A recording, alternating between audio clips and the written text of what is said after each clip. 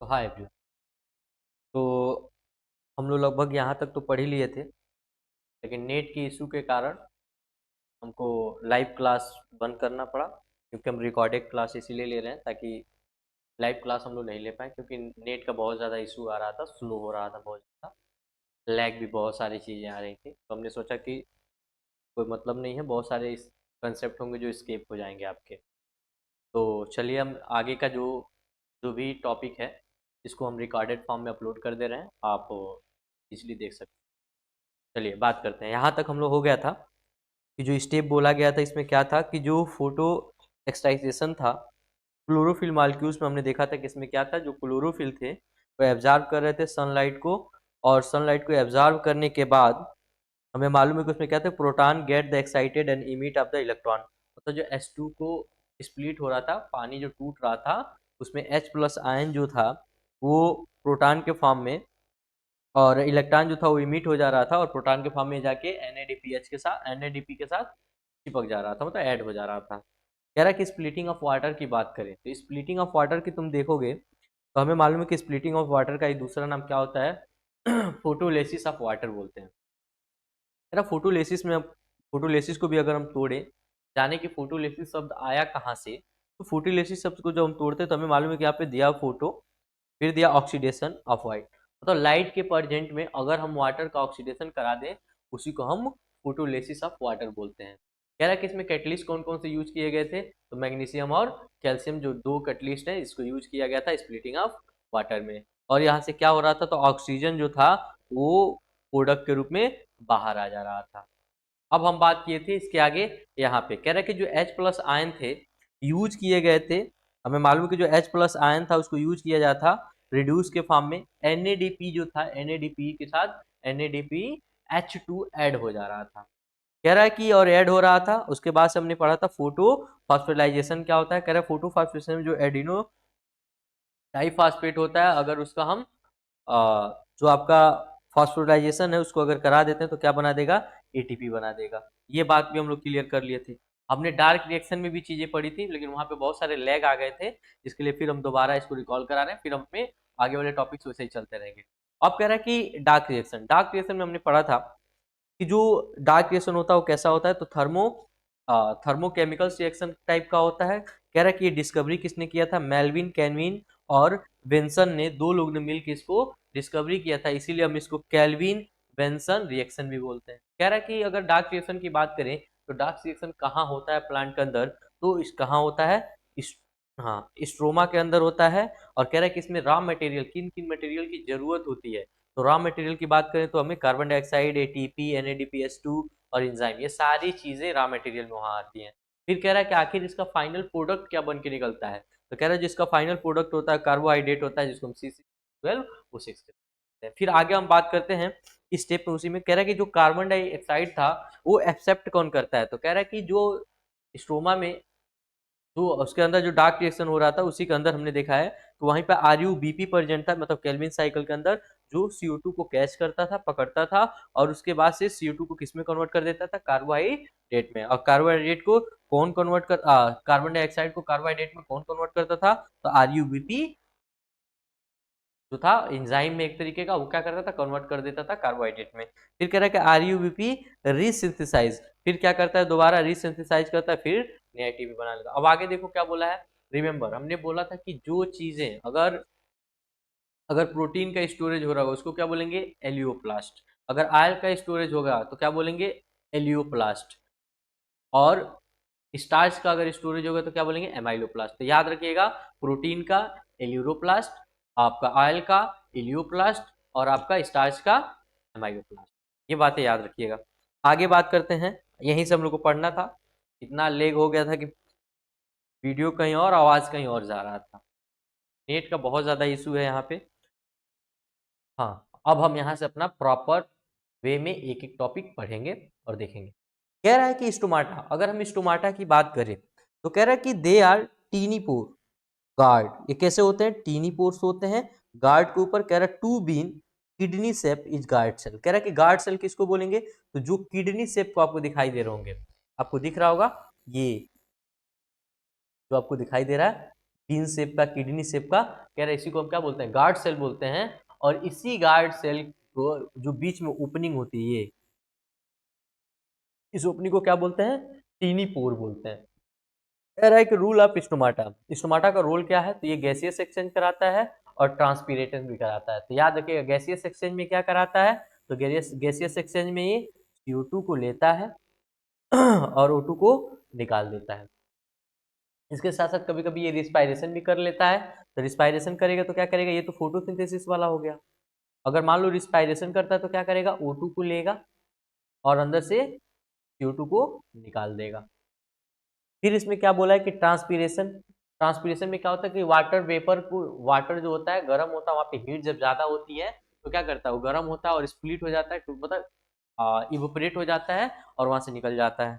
कह रहा है कि जो दो आपको बीन टाइप के शेप दिख रहे हैं, ये वाले, ये दो दिख रहे हैं, इसको क्या बोला गया है, गार्ड सेल बोला गया है। इसको क्या बोला गया है, गार्ड सेल बोला गया है। और इसके बीच में ये जो आपको थोड़ा सा ओपनिंग दिख रहा है, इसको क्या बोला गया, स्टोमाटल ओपनिंग बोला गया। क्या बोला गया है, स्टोमेटल ओपनिंग बोला गया है या पोर बोला गया है। और कह रहा है कि इसके ऊपर छोटे छोटे जो ये धब्बे से दिख रहे हैं, इसको डॉट डॉट जो स्ट्रक्चर दिख रहे हैं, इसी को हम क्या बोलते हैं, क्लोरोप्लास्ट बोलते हैं। क्या बोलते हैं, क्लोरोप्लास्ट बोलते हैं। आगे बात करते हैं। कह रहा है कि गार्ड सेल, गार्ड सेल आखिर होता क्या है, तो कह रहा है ये किडनी शेप के होते हैं, किडनी शेप सेल होते हैं और ये कवर्ड करते हैं स्टोमाटा पोर को। जो पोर होता है, ओपनिंग होता है, इसको क्या करते हैं, ओपन करते हैं और क्लोज करने का काम करते हैं, कंटेंट ऑफ द क्लोरोप्लास्ट। और इसके ऊपर किस चीज का कंटेंट होता है, क्लोरोप्लास्ट का कंटेंट होता है। कह रहा है rule of the guard cell, guard cell का रोल क्या है, तो गार्ड सेल का एक क्या रोल है, तो regulate of the closing and opening stomata, मतलब जो स्टोमाटा था उसको क्लोज करना और ओपन करना, ताकि पोर एक बार ओपन हो तो कुछ चीजें बाहर जाए, फिर कुछ चीजें अंदर आए। इसका काम क्या होता है गार्ड सेल का, ये ओपन और क्लोज कराता है स्टोमाटा का। आगे बात करते हैं cloning and opening of stomata. कह रहा है कि क्लोनिंग एंड ओपनिंग स्टोमाटा में क्या बोला, when water enter guard cell swell and stomata open. कह रहा है कि जब गार्ड सेल के अंदर वाटर इंटर करता है तो स्वेल हो जाता है, फूल जाता है, जिसकी वजह से स्टोमाटा ओपन हो जाते हैं। लेकिन कह रहा है कि जब वाटर लॉस होता है, जब वाटर फिर बाहर निकल जाता है, तो गार्ड सेल जो होते हैं कैसे हो जाते हैं, सिंक होते हैं, सिकुड़ जाते हैं, जिसकी वजह से स्टोमाटा क्लोज हो जाता है। तो ये बातें याद रखिएगा, जब गार्ड सेल के अंदर वाटर इंटर करता है तो स्वेल कर जाते हैं, जिसकी वजह से स्टोमाटा ओपन हो जाता है। और जब गार्ड सेल के अंदर से वाटर लॉस हो जाता है, निकल जाता है, तो गार्ड सेल कैसे हो जाता है, सिंक हो जाता है, सिकुड़ जाते हैं, जिसकी वजह से स्टोमाटा क्लोज हो जाता है। तो ओपनिंग और क्लोजिंग कुछ इस प्रकार से हो रहा होता है। जब गार्ड सेल के अंदर पानी इंटर वाटर इंटर करेगा तो ओपन होगा, और जब गार्ड सेल से पानी निकल जाएगा, खत्म हो जाएगा, लॉस कर जाएगा, तो सिंक हो जाएगा, सिकुड़ जाएगा। ये सब कुछ रीजन है।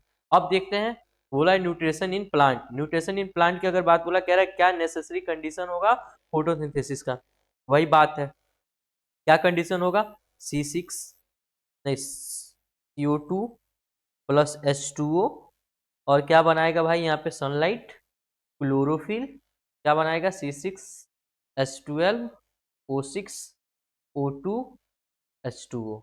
अब इसको बैलेंस कर लीजिएगा, यही इसका है, देख लीजिएगा। आगे बात करते हैं। हाँ, अगला क्वेश्चन हमारे पास है, student was asked to the write a stepwise produce the demonstrated that carbon dioxide is necessary for photosynthesis. He wrote the following step, the varyingly what the step is। कह रहा है कि एक बॉय है और वो एक रिएक्शन कराता है और देखता है कि कार्बन डाइऑक्साइड बहुत जरूरी है फोटोसिंथेसिस के लिए। तो कह रहा है बताइए, नीचे 4 ऑप्शन दिए गए, इस ऑप्शन में से कौन से ऑप्शन गलत है, सही नहीं है। पहला क्या बोला है, both food plant are the keep in a dark room for a least 3 days। कह रहा है कि दोनों को क्या किया गया, डार्क रूम में रखा गया। आपके एनसीईआरटी का एक्टिविटी में देखोगे आपको मिल जाएगा। कह रहा है कि दोनों को डार्क में रखा गया, हाँ रखा गया, बातें सही है। दूसरी बात क्या बोला है, bottom of the bell jar is the scale of the mark them air tight, और क्या किया गया, इसको एयर टाइट कर दिया गया, ये भी बात सही है। फिर बोला है both food plant keep the sunlight starch test, यही बात गलत है। स्टार्च टेस्ट की तो बात ही नहीं की गई, तो कार्बन डाइऑक्साइड की बात किया था। तो ये बातें क्या हो गई, गलत हो गई। तो हमारे इस हिसाब से आंसर क्या हो जाएगा, सी हो जाएगा। आगे बात करते हैं अगले क्वेश्चन पे। क्या है कि 5 type of the cell found in the leaf of the green plant is given below. कह रहा है कि लीफ के अंदर 5 प्रकार के सेल पाए जाते हैं, 5 टाइप के सेल पाए जाते हैं। पहला हमें मालूम है जाइलम टिश्यू भी पाया जाता है, जो वाटर का ट्रांसपोर्ट करा रहा होता है। एपिडर्मस सेल भी वहां पाए जाते हैं जो गार्ड सेल के रूप में, not including in guard cell को इसमें इंक्लूड नहीं किया गया है। उसके साथ साथ कह रहा है कि स्पंजी मीजोफिल सेल पाया जाता है, तभी तो क्लोरोप्लास्ट पाया जाता था। मीजोफिल सेल के अंदर ही क्लोरोप्लास्ट, क्लोरोप्लास्ट के अंदर ही क्लोरोफिल, क्लोरोफिल के अंदर ही क्लोरोफिल ए बी सी, ये सारी कहानियां थी। अब कह रहा है कि इसके साथ साथ गार्ड सेल और पैरलेस मीजोसेल सेल, कह रहे हैं 5 सेल प्रेजेंट होते हैं एक लीफ के अंदर। आगे क्या बोला है कि which type of cell have chloroplast, कह रहे हैं कि बताओ इसमें से कौन से ऐसे टाइप ऑफ सेल हैं जो क्लोरोप्लास्ट वाले हैं। तो मीजोफिल सेल का तो एक ये हमारे पास हो गया, मीजोफिल सेल का दूसरा ये हो गया, तो 2 सेल तो हमारे पास हो गए। यानी हम कह सकते हैं चौथा और पांचवा, 2 चीजें मिल गई तो चौथा और पांचवा। लेकिन यहाँ पे अभी 2 और चीजें फंस रही है, यानी ये भी आगे देखते हैं। आगे क्या बोला गया है, एपिडर्मिस सेल नहीं, गार्ड सेल के ऊपर भी हमने क्लोरोप्लास्ट देखा था जो डॉट डॉट स्ट्रक्चर थे। यानी तीसरा हमारा ये हो गया, तो हमारा इस हिसाब से करेक्ट आंसर क्या हो जाएगा, सी हो जाएगा, सेकेंड, फोर्थ और फिफ्थ। समझ में आया क्या पूछा था, क्वेश्चन ये पूछा था कि 5 लीफ के अंदर सेल प्रेजेंट होते हैं, लेकिन इस पांचों सेल के अंदर कह रहा है जो लीफ प्रेजेंट होता है उसमें क्लोरोप्लास्ट कहाँ कहाँ प्रेजेंट होता है। तो मीजोफिल सेल में तो प्रेजेंट होगा ही होगा, उसके साथ साथ गार्ड सेल के ऊपर भी हमने देखा था क्लोरोप्लास्ट सेल प्रेजेंट था। इस हिसाब से हमारा करेक्ट आंसर क्या हो जाएगा, सी हो जाएगा। आगे बात करते हैं न्यूट्रिएंट इन प्लांट के बारे में। फिर न्यूट्रिएंट इन प्लांट पे ही ये अगला क्वेश्चन हमारा क्या है, कह रहा है कि ये चार्ट पढ़िए और फिर बताइए कि इसका करेक्ट आंसर क्या होगा। चलो, प्लांट फोटोसिंथेसिस करता है, ठीक है, फोटोसिंथेसिस करता है तो क्यू एंड आर कोई सब्सटेंस है जो लेता है। तो क्यू और आर क्या लेता है भाई, तो हमने देखा था कार्बन डाइऑक्साइड लेता है और वाटर लेता है, दो बातें हुई। आगे क्या बोला है कि कह रहा है कि सब्सटेंस एस एन टी, कह रहा है कि अगला जो सब्सटेंस है जो बन के निकलता है एस एन टी निकलता है। तो बन के क्या निकलता है भाई, हमने पढ़ा था, तो बन के क्या निकल रहा था, शुगर, यानी C6H12 वो 6 निकल रहा था, और साथ में और क्या निकल रहा था, ऑक्सीजन। इस हिसाब से अपना करेक्ट आंसर क्या हो जाएगा, कार्बन डाइऑक्साइड, ये ऑक्सीजन गलत, यहाँ पे भी ऑक्सीजन गलत, कार्बन डाइऑक्साइड हाँ, ये बातें सही हो गई। क्या है कि पहले कार्बन डाइऑक्साइड लिया था, फिर आर वाटर लिया था, फिर एस जो हमारा बन के आया था शुगर था, फिर अगला जो निकल के आया ऑक्सीजन। तो इस हिसाब से हमारा करेक्ट आंसर क्या हो जाएगा, सी। आगे बात करते हैं, अगला क्वेश्चन है the autotrophic mode of nutrition required, कह रहा है कि ऑटोट्रॉपिक मोड ऑफ रिएक्शन क्या रिक्वायर्ड होता है। कार्बन डाइऑक्साइड की जरूरत पड़ता ही है, वाटर की जरूरत पड़ता ही है, क्लोरोफिल की जरूरत पड़ता ही है, सनलाइट की जरूरत पड़ता है। इस हिसाब से हमारा आलाप यूज होता है। आगे बात करते हैं, अब आता है हमारा न्यूट्रिएंट इन एनिमल में। अब किसकी बात करेंगे, न्यूट्रिएंट इन एनिमल के बारे में। कह रहा है कि process of the taking and the utilize of the nutrient, कह रहा है कि हमें मालूम है कि एक ऐसा प्रोसेस है जिसमें हम क्या करते हैं, जो भी चीजें खाते हैं तो हम क्या करते हैं, न्यूट्रलाइज करके न्यूट्रिएंट बनाते हैं। आगे कह रहा है कि break down of the nutrient into much smaller molecule to the their absorption, कह रहा है कि हम जो जो भी चीजें खाते हैं उसको क्या करते हैं, छोटे छोटे सिंपल सब्सटेंस, कॉम्प्लेक्स सब्सटेंस को सिंपल सब्सटेंस में ब्रेक डाउन कर देते हैं ताकि वो एब्जॉर्ब हो जाए और ब्लड के अंदर चला जाए, उसी को न्यूट्रिएंट बोलते हैं। कह रहा है न्यूट्रिएंट पे भी हमारे कौन कौन से आते हैं, तो कार्बोहाइड्रेट आता है, फैट आता है, मिनरल्स आता है, प्रोटीन आता है, विटामिन आता है और वाटर आता है। आगे बात करते हैं इसी में न्यूट्रिएंट इन एनिमल में। कह रहा है mode of nutrient in the single cell organism amoeba, कह रहा है कि अगर एक अमीबा की बात करें, सिंगल सेल की बात करें, तो कह रहा है कि इसका मोड ऑफ न्यूट्रिशन कैसे होता है। तो क्या हमने भी वहां पे पढ़ा था, इसके भी मोड ऑफ न्यूट्रिशन कैसे होता है, इसमें भी इंजेक्शन होता है, डाइजेशन होता है, एब्जॉर्प्शन होता है, एसिमिलेशन होता है और इंजेक्शन होता है। ये 5 पार्ट वो भी काम कर रहा होता है, जैसे एक ह्यूमन के अंदर चल रही थी चीज। कह रहा है कि it is the unicellular organism and does there no specific organ to perform their the function, it does not process of the different shape। कह रहा है कि अगर हम अमीबा की बात करें तो अलग जैसे अदर एनिमल के अंदर ये सारे जो भी ऑर्गन पाए जाते हैं उनके अंदर वैसा नहीं होता है। कह रहा है कि उसके बाद से बात करें तो इनके जो शेप भी होते हैं वो अलग अलग नहीं होते, उनका शेप मतलब होता ही नहीं है, फिक्स शेप नहीं होता। आगे क्या बोला कि nutrient in amoeba take place in the following manner, कह रहा है कि अमीबा के अगर हम न्यूट्रिशन की बात करें तो उसका अलग अलग स्टेप है। पहला स्टेप क्या बोला, इंजेक्शन, यानी कह रहा है कि intake of the food amoeba occur in the temporary fingers like extension of the cell surface is called pseudopodia which fuse of the food particles and form the food vacuole. कह रहा है कि क्या होता है कि सबसे पहले उसका पहला प्रोसेस जो अमीबा के अंदर होता है वो इंजेक्शन वाला होता है। कहीं भी अगर छोटा सा भी फूड पार्टिकल, मान लो यहाँ पे कोई फूड पार्टिकल है और यहाँ पे कोई अमीबा है, तो कह रहा है कि वो क्या करेगा, एक अपना फॉल्स फीट निकालेगा, पहले ऐसे ऐसे करके एक फॉल्स फिट निकालेगा और धीरे धीरे हम देखेंगे कि उस फूड को कवर कर लेगा, और फूड को कवर करने के बाद से यह क्या बना देगा, फूड वैक्यूल बना देगा। समझ में आया? आगे क्या बोला, कह रहा है कि जो ये जो दो डार्ट डार्ट निकले हुए हैं, कह रहा है कि इसको क्या बोलते हैं, सीडोपोडिया बोलते हैं, जिसको फॉल्स फीट के भी नाम से हम जानते हैं। फिर कह रहा है कि उसको लेने के बाद अगर फूड वैक्यूल बना दिए तो क्या करेगा, तो अगला स्टेप उसका होता है डाइजेशन का। कह रहा है डाइजेशन में क्या करेगा, inside the food vacuoles complex substance is the breakdown into the simple ones is called the intercellular digestion, digestion within the cell. कह रहा है कि वो क्या करेगा, जो फूड वैक्यूल बनाया था, फूड वैक्यूल के अंदर जो फूड पार्टिकल है उसका क्या करेगा, ब्रेक डाउन करेगा, यानी कॉम्प्लेक्स पार्टिकल को सिंपल पार्टिकल में चेंज कर देगा सेल के अंदर। इसीलिए हम इसको क्या बोलते हैं, सेलुलर डाइजेशन भी बोलते हैं, या इंटरसेलुलर डाइजेशन भी बोलते हैं। एब्जॉर्प्शन की बात बोला है, कह रहा है कि digestion of food there diffusion of the cytoplasm. कह रहा है कि जो अगर वो फूड वैक्यूल के अंदर उनका ब्रेक डाउन कर देगा, सब कुछ कर देगा, तो क्या करेगा, साइटोप्लाज्म में छोड़ देगा, साइटोप्लाज्म में क्या होगी, सारी चीजें एब्जॉर्ब कर ली जाएंगी। फिर कह रहा है एसिमिलेशन, कह रहा है कि absorb of the food utilize the meet of the energy requirement of the amoeba. कह रहा है कि फिर क्या किया जाएगा, उसका एसिमिलेशन कर दिया जाएगा, जो एनर्जी उससे निकाला होगा उस एनर्जी को क्या करेगा, अपने बॉडी के अंदर इसको यूज कर लेगा। फिर से कह रहा है जो बचा हुआ पार्ट है, जो वेस्ट मटेरियल जो उसके यूज का नहीं है, जिसको हम क्या बोलते हैं, इजेशन बोलते हैं। कह रहा है कि फिर क्या करेगा, remaining undigested material move for the surface and toward out the cell, फिर अपने बॉडी से क्या करेगा, उसको बाहर कर देगा। तो इतनी बातें याद रखिएगा, कितने प्रोसेस चलता है, 5। पहला इंजेशन, दूसरा डाइजेशन, तीसरा एब्जॉर्प्शन, और चौथा एसिमिलेशन, और पांचवा डिजेशन। तो इतनी बातें याद रखिएगा, अमीबा के अंदर 4 स्टेप चलने होते हैं डाइजेशन को लेके। देखो यहाँ पे दिखाया गया वही, पहला क्या है, इंजेशन वाला है। ये इंजेशन में देख रहे होगे कि ये फूड पार्टिकल है, और फूड पार्टिकल को कवर करने के लिए 2 सीडोपोडिया निकल रहे हैं फास्फेट के, और ये जो बीच में डार्ट डार्ट ऐसा स्ट्रक्चर दिख रहा है, इसको न्यूक्लियस बोलते हैं। और ये जो आपका दिख रहा है, ये अमीबा का फिगर है। कह रहा है कि पहले क्या किया, फूड पार्टिकल को दोनों तरफ से कवर किया सीडोपोडिया की मदद से, फिर उसको जब कवर कर लिया तो उसने क्या बना दिया, फूड वैक्यूल बना दिया। देखो क्या बना दिया, फूड वैक्यूल बना दिया। और फूड वैक्यूल फिर क्या करेंगे, उसमें बहुत सारे एंजाइम इंटर करेंगे वैक्यूल के अंदर, और उसको ब्रेक डाउन कर देंगे। जब ब्रेक डाउन करेंगे तो फिर तीसरा स्टेप क्या चला, ये पहला हो गया, ये दूसरा हो गया, अब तीसरा एब्जॉर्प्शन की बात किया, तो कह रहा है डाइजेशन, फूड डिफ्यूजन, आउट। और क्या करेगा, उसमें जो भी चीज होगा उसको एसिमुलेट कर लिया जाएगा, मतलब एब्जॉर्ब कर लिया जाएगा, और एब्जॉर्ब करने के बाद से उसका एसिमिलेशन करा दिया जाएगा, मतलब अमीबा उसको खाएगा पिएगा और उसका ग्रोथ होगा, और उसके बाद से जो बचा हुआ पार्टिकल होगा उसको क्या किया जाएगा, इजेशन करा दिया जाएगा, बाहर फेंक दिया जाएगा। ये 5 प्रोसेस होते हैं, आप एक बार देख लीजिए, जो मैं क्लास में भी बताया था और फिर दोबारा यहाँ भी बता दे रहा हूँ। आगे बात करते हैं। अब कह रहा है न्यूट्रिएंट इन पैरामीशियम, पैरामीशियम की बात बोला है, पैरामीशियम देख लो कुछ कैसा दिखता है। ये कुछ पार्ट है पैरामीशियम के, ये सबसे ऊपर ऊपर छोटे छोटे क्या होते हैं, सीलिया होते हैं, और इसके जस्ट नीचे जिसको बोलते हैं पेलिकल्स बोलते हैं। और ये वाला जो पार्ट होता है इसको हम क्या बोलते हैं, ओरल ग्रोप्स बोलते हैं, यही मतलब माउथ वाला पार्ट है। ये बकल्स अपर्चर्स है, ये सेल माउथ है, इसके साथ साथ ये इसका एनल पोर है।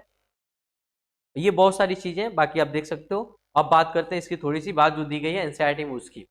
कह रहा है कि मोड ऑफ न्यूट्रिशन इस सिंगल सेल में, अगर हम पैरामीशियम की बात करें, वो तो अमीबा की बात थी, 5 स्टेप चले थे।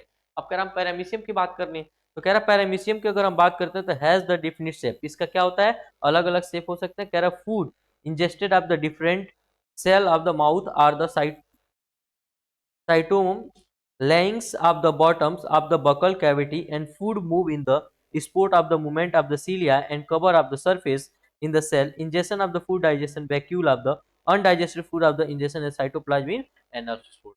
सुनो क्या बोल रहा है, इधर आ जाओ। कह रहा है कि अगर मान लो कोई फूड पार्टिकल यहाँ पे है, दिख रहा होगा, हाँ, मान लो एक मिनट,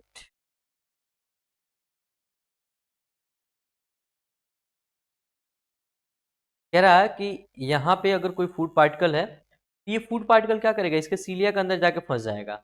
अब सीलिया के अंदर जब फंस जाएगा यहाँ पे, तो ये सीलिया क्या करेगा, इसको धीरे धीरे कवर करके भेजने लगेगा।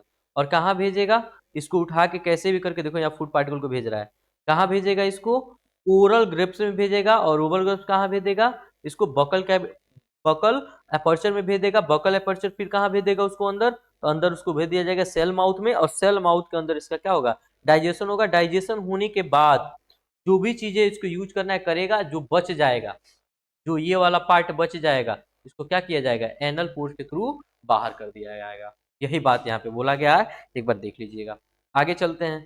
कह रहा है कि अगला क्वेश्चन क्या है हमारा, explain the help of neat and well level diagram of the different step of amoeba. Amoeba का जो नीड लेवल डायग्राम आपको बनाना है, उसको अच्छे से लेबल करना है, कौन सी डोपोडिया, कौन सी फूड वैक्यूल है, कौन न्यूक्लियस है, कौन उसका क्या है, ये सारी चीजें मेंशन करने के बाद पांचों स्टोक पे आपको जो मैं यहाँ पे दिखाया था इसी को बनाना है, इसी को बनाना है और अच्छे से एक्सप्लेन कर देना है ऐसे ही लेवल करके। और लेवल करने के बाद आप उस पर थोड़े बहुत एक दो लाइन लिख देंगे, आपका नंबर जल्दी कटेगा नहीं। ये सीबीएसई में पूछा गया था 2015 में। आगे बात करते हैं, क्वेश्चन क्या है, कह रहा cow has a special stomach as compare to the lion in orders to. कह रहा है कि हमें मालूम है कि गाय का जो डाइजेशन सिस्टम है वो अलग होता है लायन के डाइजेशन सिस्टम से। ऐसा क्यों? कि लायन खाता है मीट, फ्लेश खाता है, और जो गाय है वो क्या खाती है, ग्रास खाती है। तो दोनों में तो कुछ होगा। तो गाय के अंदर क्या है, सेलुलोज डाइजेस्ट करने नामक इंजाइम है, बैक्टीरिया है जो उसको डाइजेस्ट कर पाते हैं, लेकिन लाइन के अंदर ऐसा नहीं है। तो इस हिसाब से अगर हम बात करें तो हमारा करेक्ट आंसर क्या हो जाएगा, digestion of cellulose present in food, ये गाय के अंदर पाया जाता है, इसीलिए गाय शेर से अलग है। तो करेक्ट आंसर क्या हो जाएगा, बी हो जाएगा। आगे बात करते हैं, कह रहा न्यूट्रिशन इन ह्यूमन बींग। अब अपने असली टॉपिक पे आए हैं। न्यूट्रिशन इन ह्यूमन बींग की अगर हम बात करें बाबू, तो सबसे पहले ह्यूमन बींग की डाइजेशन की अगर हम बात करते हैं, डाइजेशन सिस्टम को, तो डाइजेशन सिस्टम को हमने दो भाग में बांटा है। पहला क्या होता है, एलिमेंट्री कैनाल, दूसरा क्या होता है, एसोसिएटेड ग्लैंड। कह रहा है एलिमेंट्री कैनाल होंगे और कुछ ग्लैंड होंगे जो कुछ चीजों को सीक्रेट कर रहे होंगे। कह रहा है एलिमेंट्री कैनाल में क्या बोला है, एक्चुअल डाइजेस्ट टेक प्लेस। कह रहा है कि जो एलिमेंट्री कैनाल होगा इसी के अंदर फूड का डाइजेशन हो रहा होगा, लेकिन कह रहा है कि फैसिलिटेटेड इन द डाइजेशन, लेकिन उस फूड को डाइजेस्ट कौन कर रहे होंगे, तो यही जो एसोसिएटेड ग्लैंड से एंजाइम सीक्रेट कर रहे होंगे वो जाके कर रहे होंगे। तो कह रहा है कि एलिमेंट्री कैनाल में क्या क्या होते हैं, तो कह रहा है कि किसी भी फूड पार्टिकल को हम कहाँ भेजते हैं, पहले माउथ में, माउथ से कहा जाता है ऑसोफेगस में, ऑसोफेगस से कहा जाता है स्टोमच में, स्टोमच से कहा जाता है स्मॉल इंटेस्टाइन में, स्मॉल इंटेस्टाइन से कहा जाता है लार्ज इंटेस्टाइन में, और लार्ज इंटेस्टाइन से कहा जाता है एनस में, एनस से बाहर कर दिया जाता है। यानी टोटल कितने स्टेप हुए, एक, दो, तीन, चार, पांच और छह, ये छह स्टेप इसमें हम लोग चलते हैं। इतना समझ में आ रहा है आपको? अब वही बात करता है एसोसिएटेड ग्लैंड में। तो एसोसिएटेड ग्लैंड में कितने ग्लैंड प्रेजेंट होते हैं, यहाँ पे बोला गया तीन।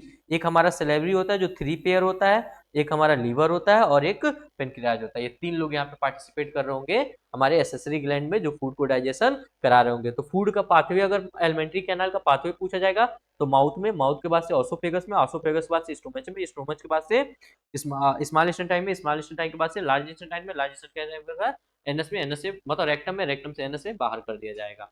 ये कुछ पार्ट है। अब हम बात करते हैं इसमें ये ह्यूमन का। देखो ह्यूमन का फिगर आपको दिख रहा होगा, ये देखो यहाँ पे क्या किया जाएगा, अगर फूड पार्टिकल को हम इंटर करते हैं तो माउथ में इंटर होगा, ये पूरा ऑसोफेगस है, और ऑसोफेगस से कहाँ भेजा जाएगा, ये स्टमच में भेजा जाएगा, और स्टमच से अंदर से कहाँ भेजा जाएगा, हमारे स्मॉल इंटेस्टाइन में भेजा जाएगा। और स्मॉल, एक मिनट दिख नहीं रहा होगा क्लियर, ये क्या है, यहाँ से लेके यहाँ तक ऑसोफेगस है, ये क्या है, माउथ है, और यहाँ से अंदर कहाँ जाएगा, स्टमच के अंदर, और स्टमच से कहाँ भेजा जाएगा, स्मॉल इंटेस्टाइन के अंदर, और स्मॉल इंटेस्टाइन से फिर भेजा जाएगा लार्ज इंटेस्टाइन में, और लार्ज इंटेस्टाइन से यहाँ पहुंचेगा रेक्टम में, और रेक्टम से एनस, एनस से फिर बाहर कर दिया जाएगा।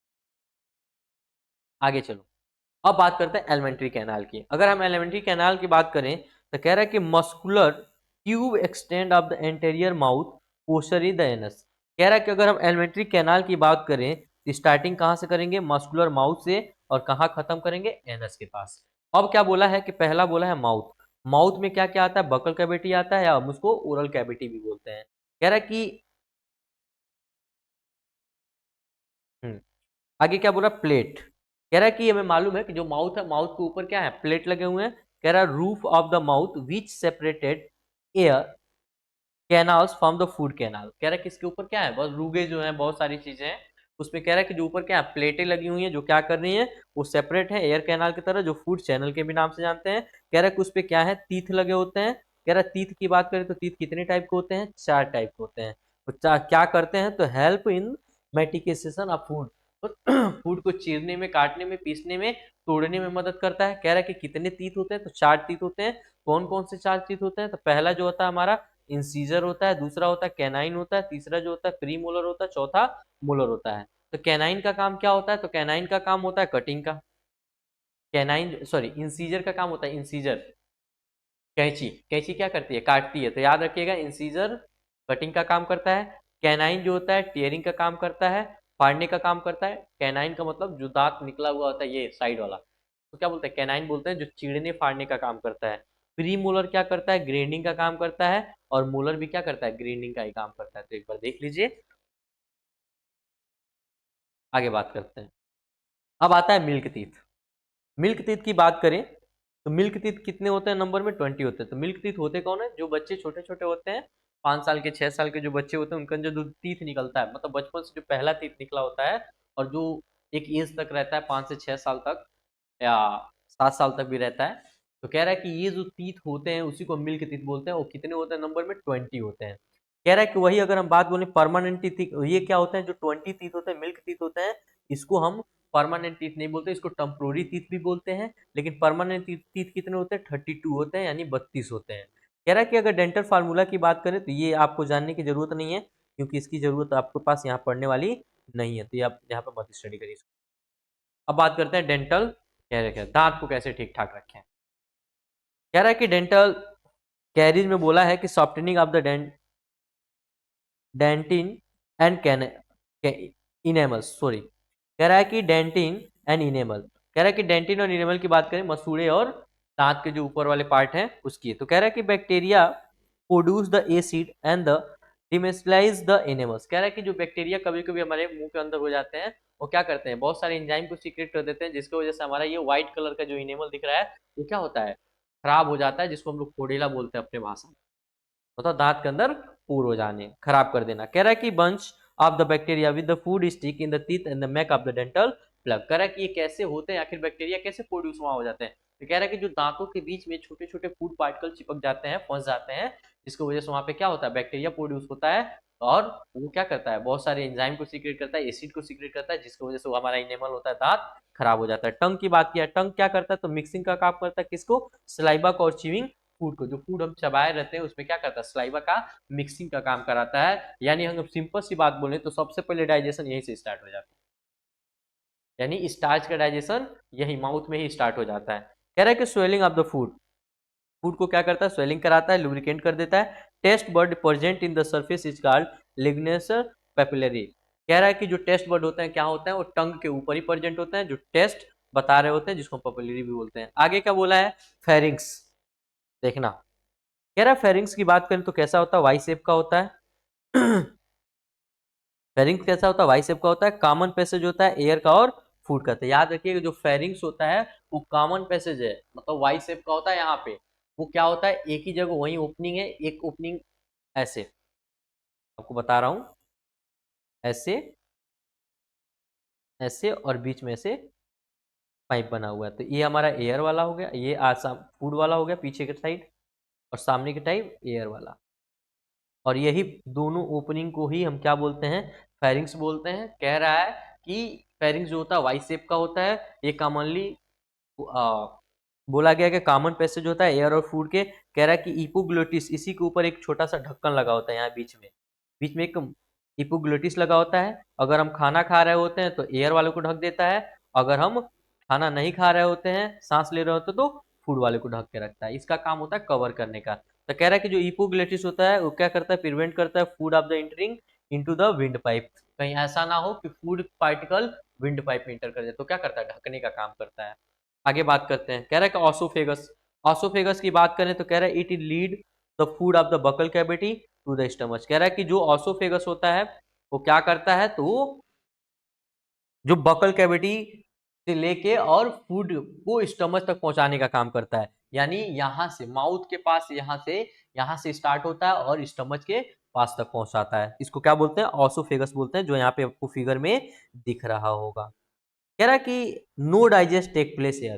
कह रहा है यहाँ पे कोई भी भोजन, मतलब ऑसोफेगस के अंदर कोई भी भोजन का डाइजेशन नहीं होता है। वो बस क्या करता है, एक पाथवे, एक रास्ता है जो माउथ से फूड को उठाता है और स्टमच के अंदर ले जाके छोड़ देता है। अब कह रहा है कि पेस्टेटिक मूवमेंट क्या होता है, तो कह रहा है कि जो फूड होता है ना, तो जो ऑसोफेगस एक तरह का मस्कुलर पाइप है, उसके अंदर से जब जाता है तो एक बार कंट्रैक्ट करता है, फिर रिलैक्स होता जाता है, कंट्रैक्ट करता है, आपको दिखा रहा हूँ, देखो कैसे।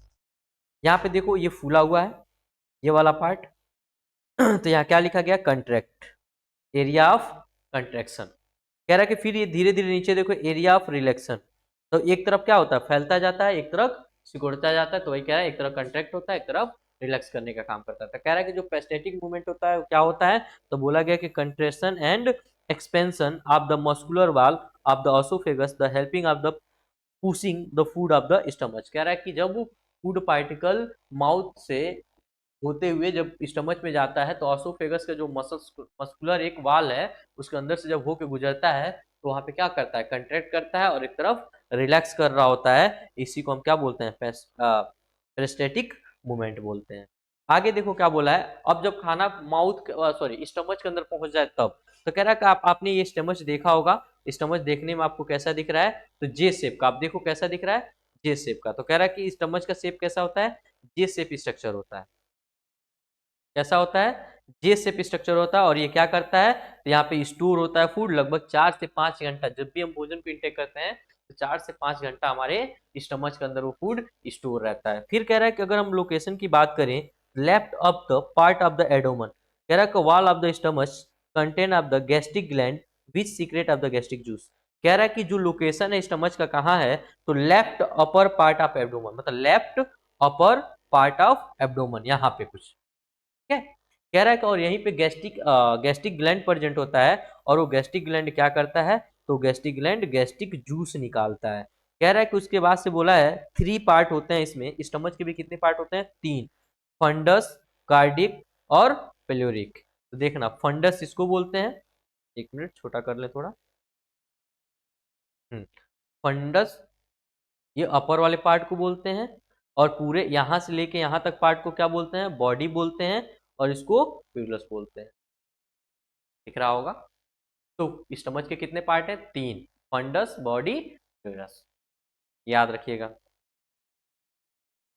आगे बात करते हैं स्मॉल इंस्टेंटाइन का। कह रहा है स्मॉल इंस्टेंटाइन, इसके बाद से जब स्टमच में फूड जब तक 4 से 5 घंटा रहता है, उसमें डाइजेस्टिव जूस जो भी होते हैं वो उसमें मिल जाते हैं, डाइजेस्ट जितना करना होता है करते हैं। तो कह रहा है कि उसके बाद से कहाँ भेजा जाता है, स्मॉल इंस्टेंटाइन में। तो कह रहा है स्मॉल इंस्टेंटाइन जो होता है एलिमेंट्री ग्लैंड का सबसे बड़ा पार्ट होता है। कह रहा है कि लगभग कितना होता है, 6 से 7 मीटर होता है। कितना होता है, 6 से 7 मीटर। कह रहा है कि primary area absorption digestion food villi supply in the blood vessel. कह रहा है कि स्मॉल इंस्टेंटाइन में ही फूड का एब्जॉर्प्शन, जो फूड डाइजेस्ट हुआ रहता है वहीं से एब्जॉर्प्शन स्टार्ट हो जाता है, क्योंकि स्मॉल इंस्टेंटाइन में छोटे छोटे विलाई होते हैं जो क्या करते हैं, ब्लड वेसल की सप्लाई कर रहे होते हैं वहां से, तो वहीं से एब्जॉर्प्शन स्टार्ट हो जाता है। कह रहा है कि इसके भी कितने पार्ट होते हैं स्मॉल इंस्टेंटाइन के, स्मॉल इंस्टेंटाइन के भी 3 पार्ट होते हैं, डिओडेनम होता है, जीलियम होता है और इलियम होता है। याद रखिएगा, स्मॉल इंस्टेंटाइन के भी कितने पार्ट, 3 पार्ट, डिओडेनम, जीलियम, एलियम। कह रहा है कि जो डिओडेनम होता है अप्रोक्सीमेटली कैसा होता है, सी शेप का होता है। तो ये वालों को क्या बोला, सी शेप का जो होता है उसको डिओडेनम बोला है। जो रिसीव करता है और सिक्रेशन करता है क्या, यहीं पे सीक्रेट होता है बाइल जूस, और जो हमारे लीवर से आता है, और पेनक्रियाटिक जूस। 2 चीजें स्मॉल इंस्टेंटाइन के डिओडेनम वाले पार्ट में सीक्रेट जाते हैं। उसके बाद से कह रहा है कि जो हमारा जेजियम होता है वो मिडिल पार्ट होता है, इलियम जो होता है ये डिस्टल हाईली क्वाइल्ड स्ट्रक्चर होता है, ये वाला हाईली क्वाइल्ड स्ट्रक्चर, ये वाला हाईली क्वाइल्ड वाला दिख रहा होगा। अब हम बात करते हैं लार्ज इंस्टेंटाइन का। लार्ज इंस्टेंटाइन की अगर हम बात करें तो ये कितना होता है, 1.4 से लेके 1.8 मीटर लॉन्ग होता है।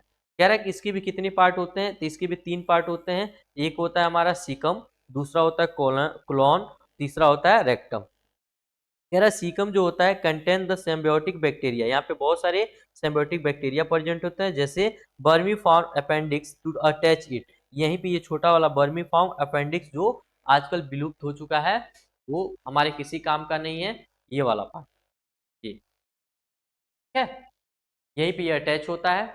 उसके बाद से कह रहा है कि उसके बाद से आता है हमारा क्लोन। कह रहा है कि ये क्या करता है, वाटर एब्जॉर्ब कराता है और अनडाइजेस्टेड फूड। तो याद रखिएगा यहाँ पे क्या करता है, वाटर का सबसे ज्यादा एब्जॉर्प्शन लार्ज इंस्टेंटाइन में होता है, और बाकी जितना भी चीजें होती है सब स्मॉल इंस्टेंटाइन में डाइजेस्ट हो, मतलब वहां से एब्जॉर्ब कर दी जाती है। और वाटर सबसे ज्यादा एब्जॉर्ब कहाँ होता है, लार्ज इंस्टेंटाइन। कह रहा है जो रेक्टम है, जो अनडाइजेस्टेड फूड होता है वो क्या करता है, रेक्टम उसको स्टोर कर लेता है, फिर उसको स्टूल के प्रोसेस से क्या किया जाता है, एनस के थ्रू बाहर कर दिया जाता है। यानी आप देख सकते हो यहाँ पे, देखो यहाँ पे देख सकते हो आपका क्या है, ये सीकम है, सीकम के पास ही यहीं से स्मॉल इंस्टेंटाइन जुड़ा होता है, और इसी से इंटर करता है यहाँ पे, और इंटर करने के बाद से कहाँ जाता है, कोलोन में जाता है, और कोलोन में फिर इंटर करने के बाद से कहाँ आता है, क्लोन ये पूरा घूमते घूमते कहाँ जाता है, फिर रेक्टम के अंदर चला जाता है, फिर यहाँ पे स्टोर होता है और उसके बाद से यहाँ से बाहर कर दिया जाता है। तो सबसे ज्यादा वाटर का एब्जॉर्प्शन कहाँ होता है, लार्ज इंस्टेंटाइन। बाकी सब चीज का एब्जॉर्प्शन कहाँ होता है, स्मॉल इंस्टेंटाइन। अब बात करते हैं digestive gland and their function. कह रहा है कि कौन कौन से डाइजेस्टिव ग्लैंड है, इसकी बात करेंगे और उसके फंक्शन की बात करेंगे। कह रहा है कि इसमें डाइजेस्टिव ग्लैंड की अगर हम बात करें तो हमने पढ़ा था कौन कौन से ग्लैंड होते हैं। एक सलेवरी ग्लैंड होता है, दूसरा लीवर होता है और तीसरा पेनक्रियाज होता है। तो सलेवरी ग्लैंड दिख रहा होगा और माउथ में पाया जाता है, और जो लीवर है, लीवर में लीवर कहाँ पाया जाता है, स्टमच के जस्ट बगल में। और ये आपका पेनक्रियाज है जो कहाँ पाया जाता है, ड्यूडेनम, जो सी शेप का होता है, अभी हमने पढ़ के आया है। यहीं पे तो बाइल जूस और पेनक्रियाटिक जूस दोनों जाके स्मॉल इंटेस्टाइन में मिक्स हो रहे थे फूड के साथ। देखो ये सी शेप, सी शेप का है। आगे देखो, कह रहा है डाइजेस्टिव ग्लैंड की अगर बात करें तो पहला ही हमारे पास आता था सलेवरी ग्लैंड। कह रहा है ये कहाँ प्रेजेंट होता है, बकल कैविटी में प्रेजेंट होता है। तो एक चीज नोटिस करना, सलेवरी ग्लैंड मैंने वहीं पे बोला था कितने पेयर में होते हैं, 3 पेयर में होता है। देखो एक तो हमारे यहाँ है, देखो ये भी सलाइवा निकाल रहा होता है जिसको हम पोस्टेड ग्लैंड बोलते हैं, और एक हमारे जस्ट यहाँ है, इसको हम क्या बोलते हैं, सबल्यूगियल ग्लैंड बोलते हैं, और एक हमारे जस्ट इसके नीचे है, इसको सबमिड्यूल ग्लैंड बोलते हैं। तो 3 सलेबरी ग्लैंड प्रेजेंट होते हैं, यहाँ देख लो। चिक के पास प्रेजेंट होता है सब मिडुअल या सब मेजेलरी कहाँ पर होता है, लोअर जा के पास प्रेजेंट होता है। सब लिंगुअल कहाँ प्रेजेंट होता है, बिलो टंग के नीचे होता है। ये चीजें याद रखिएगा। आगे बात करते हैं कंपोनेंट वाटर। कंपोनेंट की बात करें तो सलाइवा में क्या क्या कंपोनेंट होता है, तो वाटर होता है, साल्ट होता है और कुछ एंजाइम होते हैं। तो 3 चीजें सलाइवा के अंदर पाई जाती है, वाटर, साल्ट, एंजाइम। कह रहा है ये क्या होता है, तो कह रहा है इसी का नाम हम क्या बोलते हैं, सिलेबरी एमाइलेज बोलते हैं, या लाइजोसोम एंजाइम यहाँ प्रेजेंट होते हैं। याद रखिएगा सिलेबरी एमाइलेज में लाइजोसोम एंजाइम जो प्रेजेंट होते हैं, जो स्टार्च का डाइजेशन करा रहे होते हैं। कह रहा है कि एंटी बैक्टीरियल होता है एक तरीके का, जो प्रिवेंट करता है बैक्टीरिया इन्फेक्शन से। जो खाने के अंदर कुछ बैक्टीरिया चले जाते हैं हमारे बॉडी को जो हार्मफुल कर सकते हैं, उसको क्या करता है, वहीं पे किल कर देता है माउथ में ही। कह रहा है कि 30% डाइजेशन स्टार्च का माउथ के अंदर ही हो जाता है। इसीलिए मैंने बोला था कि माउथ में ही स्टार्ट हो जाता है हमारा डाइजेशन, स्टमच में जाने के बाद नहीं डाइजेस्ट होता है। माउथ में जब हम इंटेक कर रहे थे फूड को, तो यहीं पे पहले ही डाइजेशन स्टार्ट हो जाता है माउथ से। कह रहा है कि इसमें क्या होता है, पार्शियल डाइजेस्ट हो जाता है किसका, कार्बोहाइड्रेट का। कह रहा है कार्बोहाइड्रेट की बात करें तो स्लाइवी ग्लैंड जब मिलता है तो स्लाइवी ग्लैंड का पीएच कितना होता है, 6.8 पीएच होता है उसका, मतलब हाईली एक तरह देखा जाए तो स्लाइटली एसिडिक होता है। कह रहा है कि ये क्या करता है, तो कार्बोहाइड्रेट को चेंज कर देता है मेल्टोज में। किसमें चेंज करता है, माल्टोज में। तो याद रखिएगा यहाँ पे पार्शियली डाइजेस्ट कर देता है कार्बोहाइड्रेट को, कौन करता है, तो स्लेवरी ग्लैंड करता है। ठीक है, जो स्लाइवली एमाइलेज होता है जिसका पीएच कितना होता है, 6.8 होता है, और किसमें कन्वर्ट कर देता है, मल्टोज में। अब देखो बात करें गैस्ट्रिक ग्लैंड का। गैस्ट्रिक ग्लैंड कहाँ पाया जाता था, स्टमच में। याद करो गैस्ट्रिक जूस रिलीज कर रहा था। कह रहा है कि प्रेजेंट होता है कहाँ, स्टमच में। कह रहा है ये क्या सीक्रेट करता है, गैस्ट्रिक जूस सीक्रेट करता है। कह रहा है कि ये कहाँ होता है, तो cell of stomach, wall of stomach, ये स्टमच के वाल पे प्रेजेंट होता है। कह रहा है कि ये क्या होता है, तो ये म्यूकस, म्यूकोस सेल भी वहां प्रेजेंट होते हैं जो सीक्रेट करते हैं किसको, म्यूकोस को, ताकि वो हाईली एसिडिक है ना स्टमच के अंदर, तो स्टमच कहीं खुद ही ना जल जाए, डाइजेस्ट ना हो जाए, खराब ना हो जाए, वहां पे म्यूकस प्रेजेंट होता है जो एचसीएल से प्रोटेक्ट कर रहे होते हैं।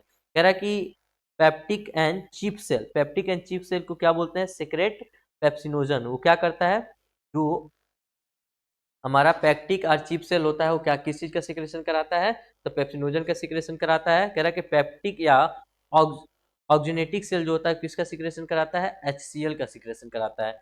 और एचसीएल का पीएच कितना होता है, 1.2 से लेकर 1.4 होता है, हाईली एसिडिक होता है। अब बात करते हैं यहाँ पे, जब यहाँ बात करते हैं हम लोग फंक्शन की, तो कह रहा है कि जो एचसीएल है वो प्रोवाइड करता है एसिडिक मीडियम, जो कन्वर्ट करता है पेप्सिनोजन को किसमें, एक्टिव पेप्सिन में। याद रखिएगा HCl जो है, जो पेप्सिनोजन सीक्रेट हुआ था उसको क्या करता है, एक्टिव करने का काम करता है। मतलब सीक्रेट हुआ था तो क्या था, इनएक्टिव फॉर्म में था, लेकिन उसको एक्टिव कौन कर दिया, HCl। अब कह रहा है कि जो पेप्सी देख रहे हैं, कह रहा है कि जो पेप्सिनोजन है, कह रहा है कि उसमें जब HCl इन्वॉल्व होता है, जो इसका पीएच कितना होता है, 1.2 होता है, तो किसमें कन्वर्ट हो जाता है, पेप्सिन में, जो कि एक्टिव फॉर्म में होता है।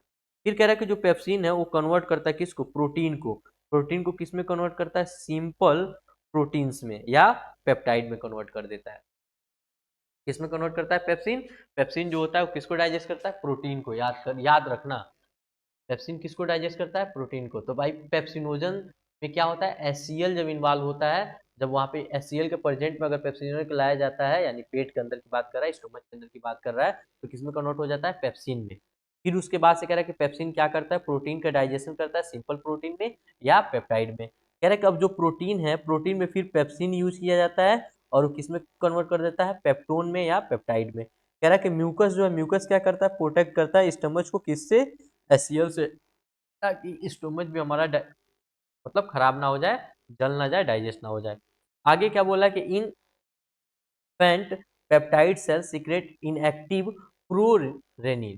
कह रहा है कि जो इन्फेंट में जो पेप्टिक सेल होते हैं, हमारा पेप्टिक सेल होते हैं, वो सीक्रेट करते हैं प्रोरेनिन को, जो इनएक्टिव फॉर्म में होता है। तो कह रहा है कि जो प्रोरेनिन होता है, जो इनएक्टिव फॉर्म में होता है, तो एचसीएल के मिलते ही वो क्या बन जाता है? रेनिन बन जाता है, जो एक्टिव फॉर्म हो जाता है। इनएक्टिव से एक्टिव फॉर्म में कन्वर्ट हो जाता है। कौन कर रहा होता है? एचसीएल। कह रहा है कि जो रेनिन है वो क्या करता है? किसको डाइजेस्ट करता है? तो ये डाइजेस्ट करता है प्रोटीन ऑफ मिल्क। मिल्क के अंदर जो प्रोटीन होता है उसको डाइजेस्ट कौन करता है? तो रेनिन करता है। याद रखिएगा, रेनिन बनता कैसे? तो प्रोरेनिन। प्रोरेनिन जब एचसीएल के कांटेक्ट में आता है तो रेनिन में हो जाता है, मतलब ऐसे नॉर्मली इनएक्टिव फॉर्म में रहता है, लेकिन जैसे ही एचसीएल आता है तो क्या होता है? एक्टिव फॉर्म में, मतलब रेनिन हो जाता है। और रेनिन क्या करता है? प्रोटीन ऑफ मिल्क कराता है। अब कह रहा है कि जो कैसीन होता है, जो मिल्क प्रोटीन बोलते हैं कैसीन को, कह रहा है कि जैसे ही उस पर हम रेनिन लगा अटैक करते हैं, रेनिन वो काम करता है, तो कैस में कन्वर्ट हो जाता है? तो पैरासीन में कन्वर्ट हो जाता है। किस में कन्वर्ट होता है? पैरासीन में।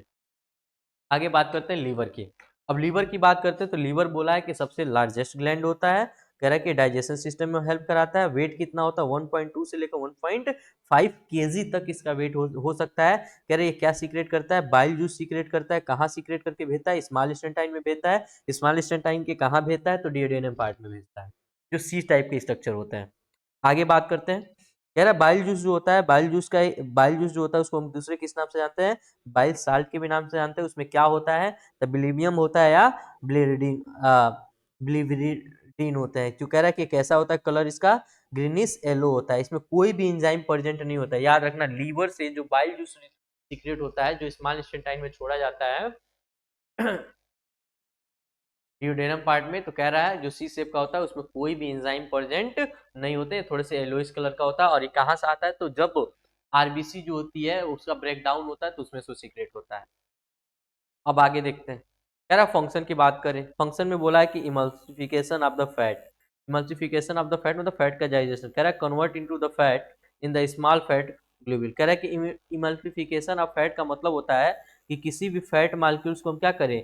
छोटे छोटे पार्ट में तोड़ दें, यानी फैट ग्लोब्यूल में तोड़ दें, उसी को हम इमल्सिफिकेशन ऑफ फैट बोलते हैं, या डाइजेशन बोलते हैं। जो बाइल जूस होता है उसका काम होता है ये कराना। मतलब बाइल जूस क्या कराता है? इमल्सिफिकेशन कराता है, मतलब फैट को ब्रेक डाउन कर देता है स्मॉल ग्लोमेरुल में। अब कह रहा है कि transfer for the acidic food coming from the stomach alkaline that pancreatic enzyme act can act on it. कह रहा है कि जो फूड स्टमच से अंदर से आया होता है वो हाईली एसिडिक फॉर्म में होता है, तो उसको भी कंट्रोल करने का काम, एसिडिक से लो करने का काम बाइल जूस का ही होता है। आगे कह रहा है कि पेनक्रियाज, पेनक्रियाज कह रहा है कि सीक्रेट करता है पेनक्रियाटिक जूस। और ये कहाँ सीक्रेट करता है? स्मॉल इंटेस्टाइन में। कह रहा है कि जो पेनक्रियाटिक एंजाइम होते हैं उसमें देखो, पेनक्रियाटिक में कौन कौन से एंजाइम होते हैं?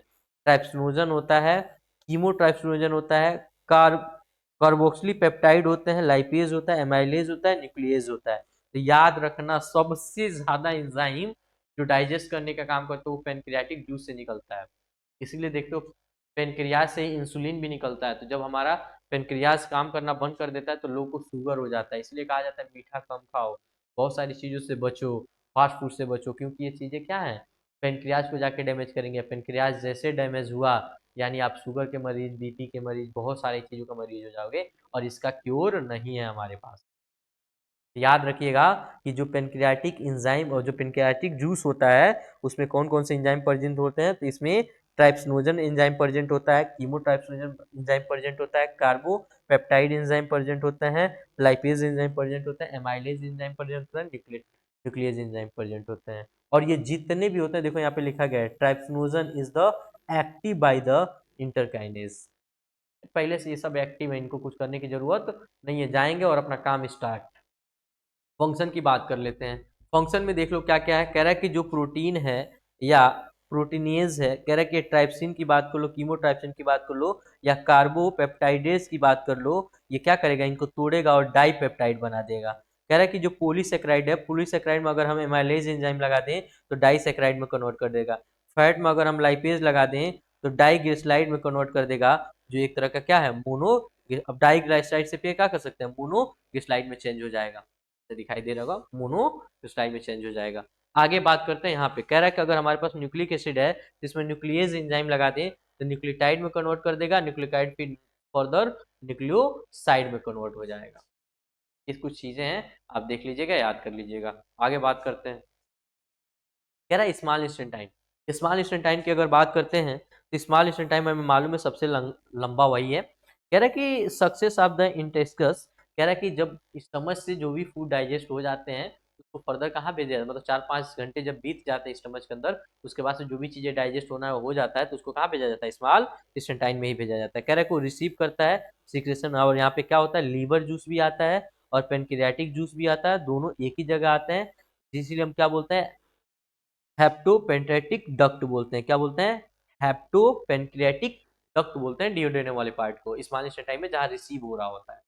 क्यों, क्योंकि यहाँ पे लीवर जूस भी आता है और यहाँ पे मतलब बाइल जूस भी आता है और पेनक्रियाटिक जूस भी आता है, दोनों एक ही कॉमन पैसेज पे आके इकट्ठा होता है। कह रहा है कि ये क्या करते हैं, डाइजेस्ट कंप्लीट हो रहा है, और यहाँ पे जो भी बचा खुचा रहता है, जो नहीं डाइजेस्ट हुआ रहता है, उसको भी डाइजेस्ट यहाँ करके फाइनल कर देते हैं। और फंक्शन की बात किया है, कह रहा है कि डाइपेप्टाइड जो बना था उस पर अगर हम डाइपेप्टाइजेज एंजाइम लगा दें तो अमीनो एसिड में कन्वर्ट कर देगा। जो मल्टोज बना था, मल्टीज एंजाइम लगा दें तो ग्लूकोज और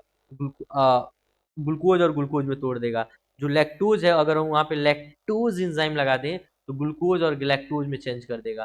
फिर वहीं पे बात किया है सुक्रोज का, कह रहा है सुक्रोज में अगर हम लैक्टेज एंजाइम लगा दें तो फ्रक्टोज और ग्लूकोज में चेंज कर देगा। ये याद रखना, एंजाइम कैसे पता चलेंगे, लास्ट में ए एस ई लगा होगा, ए एस ई एज लगा होगा, और जिसके भी लास्ट में एज लगा होगा समझ जाना वो एंजाइम है। क्या है, एंजाइम है। कह रहा है कि न्यूक्लियोटाइड में अगर न्यूक्लियोटाइडेज एंजाइम लगा दें तो न्यूक्लियोसाइड बनाया जाएगा, और न्यूक्लियोसाइडेज एंजाइम में, हाँ देखो लास्ट में एज लग गया तो क्या बनाएगा, बेस और शुगर का फॉर्मेशन कर देगा।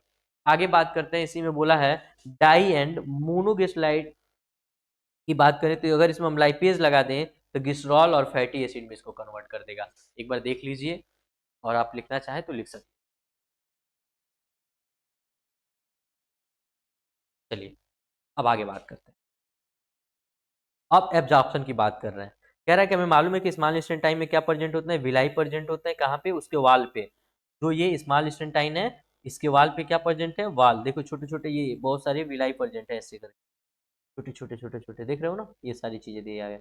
कह रहा है कि स्मॉल इंस्टेंटाइन के वाल पे प्रेजेंट होता है मेजर एब्जॉर्प्शन, सबसे ज्यादा एब्जॉर्प्शन यही करते हैं स्मॉल इंस्टेंटाइन में। कह रहा है कि फैट का भी एब्जॉर्प्शन यही होता है, लिम्फ कैपिलरी इसके नीचे पाई जाती है, ये जो कैपिलरी दिख रही है छोटी छोटी, ये सब यही पाई जाती है। कह रहा है कि प्रेजेंट नो द लैक्टियल, यहाँ सब प्रेजेंट होती हैं, जो एब्जॉर्ब होता है ब्लड में भेजा जाता है। अब एब्जॉर्प्शन की बात बुरा है की बात देख लेते हैं। ये चैप्टर बहुत बड़ा है, फिर भी कोशिश कर रहे हैं कि इसको हम लोग खत्म कर ही दें। जितना हम लोग लाइव ले पाए ठीक है, नहीं ले पाए तो रिकॉर्डेड फॉर्म में आपको भेज रहा हूँ।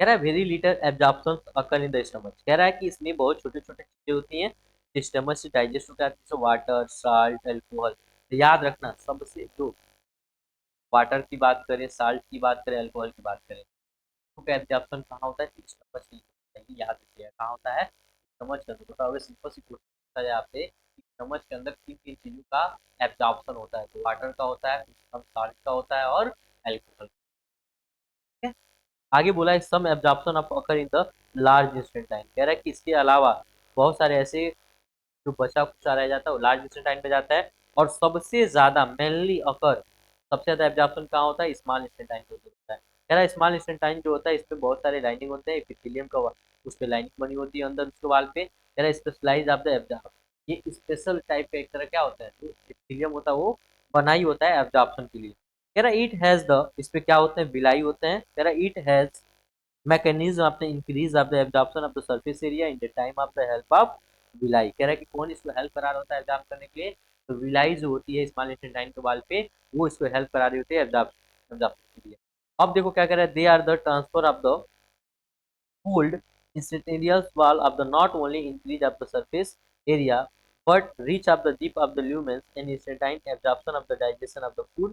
Villi process the blood capillary, villi के नीचे ही क्या होता है, ब्लड कैपिलरी प्रेजेंट होता है। कह रहा है कि उसके बाद से लैक्टियल, इस पे लिम्फ वेसल भी प्रेजेंट होते हैं, जो क्यों ट्रांसपोर्ट कर देते हैं एब्जॉर्प्शन ऑफ फूड, तो जो भी चीजें वहां एब्जॉर्ब होता है उसको तुरंत भेज दिया जाता है ब्लड के अंदर। कह रहा है जो माइक्रो विलाई होता है, मतलब विलाई के ऊपर माइक्रो विलाई होते हैं, छोटे छोटे से जो दिख रहे थे। कह रहा हेयर लाइक स्ट्रक्चर, कह रहा कि जो प्लूमुलर सेल के बने होते हैं, जो स्टेनियल इपिथेलियम के बने होते हैं।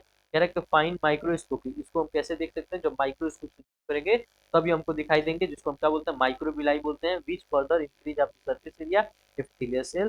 Product absorb of the blood capillary and villi of the amino acid in the monosaccharide, जैसे ग्लूकोज, फ्रक्टोज और याद रखिएगा एक चीज बाबू यहाँ पे बहुत अच्छा चीज दिया है कि एसिड एंड मोनोसेक्राइड का एग्जांपल क्या होता है, ग्लूकोज होता है, फ्रक्टोज होता है, ग्लाइकोज होता है।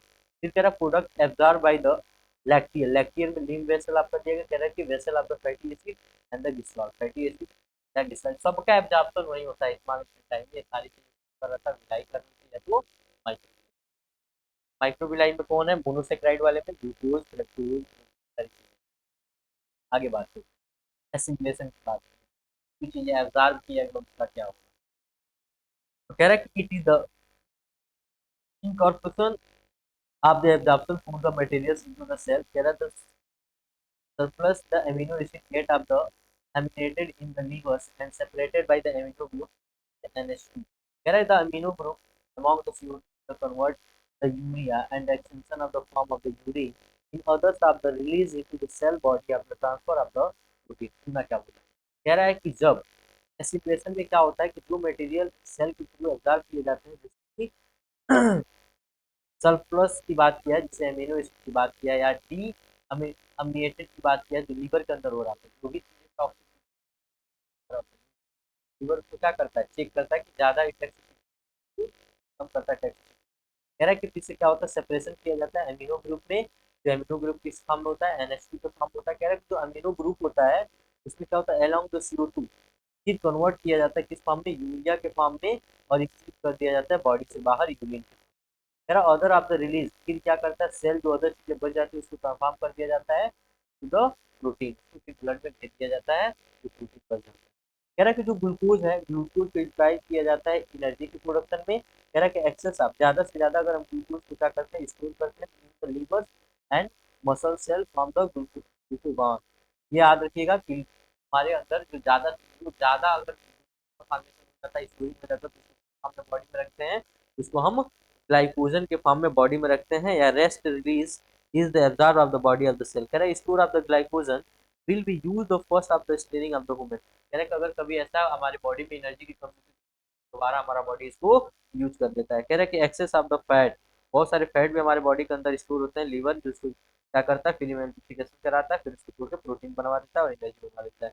और कहाँ स्टोर होते हैं, तो मसल्स में और एडिपोज टिश्यू में आपको फैट देखने के मिल जाएंगे। अब आता है इंजेक्शन, बाहर निकाल के फेंकने की बात। कह रहा है कि द अनडाइजेस्टेड, बोला गया द अनडाइजेस्टेड या unabsorbable food enter of the large intestine. तो लार्ज इंस्टेंटाइन में कहाँ इंटर करता है, क्लून में। क्लून में क्या एब्जॉर्प्शन होता है, वाटर का एब्जॉर्प्शन होता है, साल्ट का एब्जॉर्प्शन होता है, under store the food material. कह रहा है कि undigested semi solid waste passage in the rectum, कहाँ भेज दिया जाता है, रेक्टम में।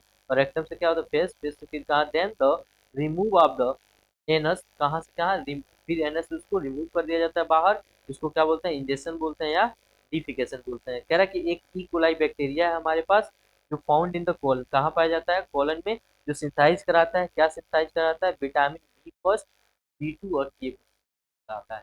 एक हमारे कोलन के अंदर, लार्ज इंटेस्टाइन के अंदर जो कोलन वाला पार्ट है, उससे ई कोलाई नामक बैक्टीरिया प्रेजेंट होता है, जो क्या कराता है, उस कोलन में सिंथाइज कराता है, बनाता है, क्या बना के देता है, बी विटामिन बनाता है B1 B2 और के विटामिन तुम्हारी खाते हैं।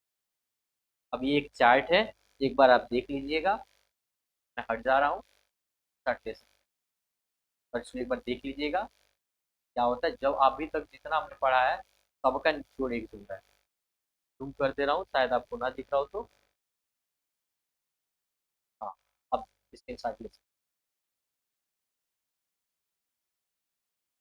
अब आगे बात करते हैं। अब कह रहा है कि which one will have the longer alimentary canal. कह रहा है आपके पास दो लोग हैं, कौन से लॉन्गर एलिमेंट्री कैनाल है। आप कमेंट बॉक्स में कमेंट कर सकते हो, आपको जो आंसर लगे। अब बात करते हैं डिसऑर्डर की डाइजेशन सिस्टम। डाइजेशन सिस्टम में कुछ ऑर्डर भी हमें देखने के मिलते हैं, जिसमें वोमिटिंग और डायरिया, जॉन्डिस और कॉन्स्टिपेशन। सुनना, वोमिटिंग में क्या होता है, injection of the stomach material through the stomach, regulated of the medulla of brain. कह रहा है कि वोमिटिंग हमें कम होती है जब मेडुला ब्रेन जो होता है वो काम करना नहीं, मतलब काम नहीं कर पाता है, जिसकी वजह से हमारे स्टमच के अंदर जो भी चीजें होती हैं, अगर वो जैसे कभी कभी ऐसा होता है कि हम कुछ ऐसा खाना खा लेते हैं या हमारे बॉडी के अंदर ऐसी तो जैसे स्टमच से क्या होता है, माउथ के थ्रू फिर उल्टा बाहर आ जाता है, उसको वोमिटिंग की बात बोला है। डायरिया में क्या होता है, abnormal frequency of the bowel movement and increase the liquidity and the facial discharge. कह रहा है कि जो भी चीजें हम खाते हैं उसमें क्या होता है, लिक्विड पार्ट में ज्यादा से ज्यादा उसको डाइजेस्ट कर दिया जाता है, लिक्विड फॉर्म में कर दिया जाता है, और फीकल मेटल जो होता है हमारा पतला हो जाता है, उसको हम डायरिया बोलते हैं। जॉइंटिस में क्या बोल रहा है, इसमें क्या होता है, लीवर इन्फेक्टेड हो जाता है। और आई जो आपका होता है या आपका स्किन जो होता है येलो कलर का दिखने लगता है, deposition of the bile pigment. किसकी वजह से होता है, बाइल पिगमेंट होता है, मतलब हमारे अंदर जो लीवर है ना, लीवर ज़्यादा सिक्रेशन कर देता है और उसमें कहीं भी पाता है, तो उसकी खराबियाँ आ जाती है, इफेक्ट हो जाता है हमारा लीवर, जिसकी वजह से हमारे आँख और पीले पीले हैं। तो क्या हो गया क्या आपको, उसी को बोला पीलिया क्यों होता है, पीलिया का एक यूज होता है जॉइंटिस। कह रहा है कि क्यों होता है, तो बाइल पिगमेंट जो हमारे बॉडी में ज़्यादा हो जाते हैं, तो क्या होता है आँख हमारे पीले हो जाते हैं और स्किन हमारा पीला दिखने लगता है। फिर कह रहा है कॉन्स्टिपेशन, जो सुबह सुबह लोग जाते हैं और उनका जो मल मूत्र है, पैखाना है, जो नहीं कर पाता है, क्योंकि सब जल्दी बाहर नहीं आ पाते हैं, उनको ये बीमारी होती है कि जो उसका फिसल होता है वो रिटेन हो जाता है रेक्टम में, मतलब रेक्टम में ही सूख जाता है, जल्दी बाहर आता ही नहीं है, उसी को क्या बोलते हैं, कॉन्स्टिपेशन बोलते हैं। ठीक है, अब टॉपिक ऑफ डिसऑर्डर फिर इसमें देख लेते हैं। एक और दिया केवा किशोर के बाद की बोली गई है और मृत्यु की बात बोली, कह रहा है कि ड्यू टू द प्रोटीन, जब किसी के बॉडी के अंदर प्रोटीन की कमी हो जाती है या कैलोरी डिफिशिएंसी आ जाती है, तो कह रहा है develop due to the replacement of the mother's milk. कह रहा है कि mother's milk high caloric low protein diet is called more than 1 year. कह रहा है कि छोटा बच्चा जो होता है, 1 साल का बच्चा आपने देखा होगा, उसके अंदर उसके मदर के मिल्क के अंदर अगर प्रोटीन की कमी हो जाती है या अदर कोई प्रॉब्लम आ जाती है, तो मिल्क में या न्यूट्रिएंट की, तो उसकी वजह से एक बीमारी होती है कवा किशोरी। बच्चे का जो बॉडी होता है वो ग्रोथ नहीं कर पाता, मतलब पूरे बूस्ट सकते हैं चेस्ट के और हर चीज़ों के, तो उसकी बात बोला है। फिर बोला है कि मशरूम क्या होता है, correct produce of the element albuminous deficiency of the protein, ये भी प्रोटीन और राइस की कमी की वजह से होता है। कह रहा फाउंड इन द इन्फेंट, ये कब होता है, ये less than 1 year in age. कह रहा है जो 1 साल से भी छोटे बच्चे होते हैं उनके अंदर ये बीमारी देखने को मिलती है। कह रहा है कि if the mother's milk replace the earlier the food of the which in the poor both in the protein and the caloric value. कह रहा है कि क्या होता है ना कि जब छोटा छोटा बच्चे जो पैदा होते हैं उनके माँ के दूध नहीं बनते हैं, मिल्क नहीं होते हैं, कह रहा है छोटे छोटे मतलब 1 साल से में इसकी वजह से जो मतलब प्रोटीन या कैलोरी की जो कमी की वजह से ये सारी बीमारियां आपको देखने। अब अगला क्वेश्चन जो दिया गया है आपके पास, दिया गया है कि पेप्सिनोजन जो है वो क्या सीक्रेट करता है। तो पेप्सिनोजन आपका क्या सीक्रेट करता है, अभी पढ़ा के हैं, पेप्टिक और चिप सेल, यही जो है वो पेप्सिनोजन को सीक्रेट करते हैं। तो पेप्सिनोजन को कौन सीक्रेट कर रहा है भाई, पेप्टिक या चिप सेल। आगे बात करते हैं, which of the following help in the protecting an inner lining of the stomach from the harmful effect of the hydrochloric acid.